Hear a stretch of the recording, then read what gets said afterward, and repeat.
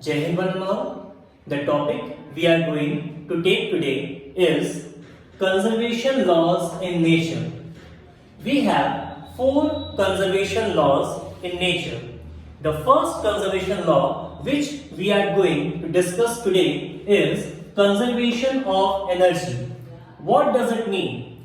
It means that energy can neither be created nor be destroyed. It can only be converted from one form to another form.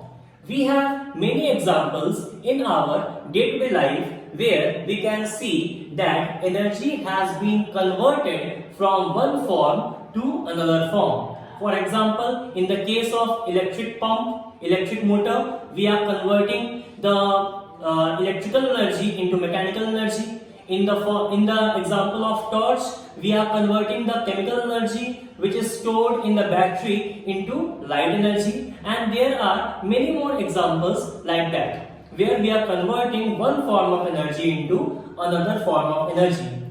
From Einstein's famous theory of relativity, the equation what we got is E equals to mc square. What does it mean? It means that energy can be converted into mass and mass can be converted into energy.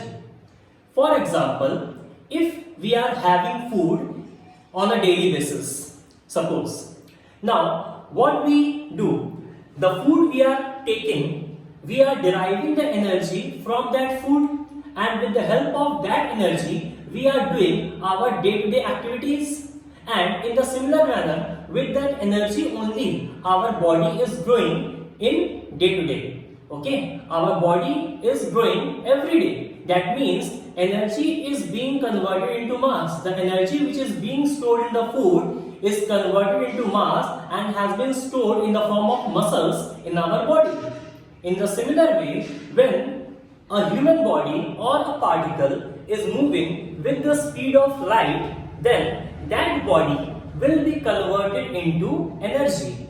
Again, I am explaining, if a particle or a human body is traveling with the speed of light, then that body will get converted into energy, and again energy can neither be created nor be destroyed. It will remain as it is. Yes, it is truly hypothetical that a body cannot travel with the speed of light. But if we consider that if a body is traveling with the speed of light, then definitely it will get converted into energy.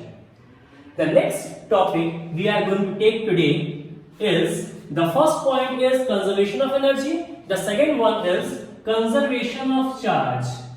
Conservation of charge.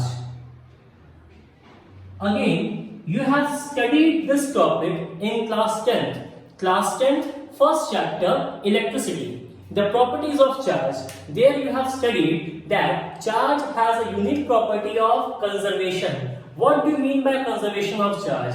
It means that the charge can neither be created nor be destroyed. It can be transferred. The charge can be transferred from one body to another body. Suppose, let us take an example. There are two bodies we are having. This is a body having equal number of electrons and equal number of protons. Again, this is a body.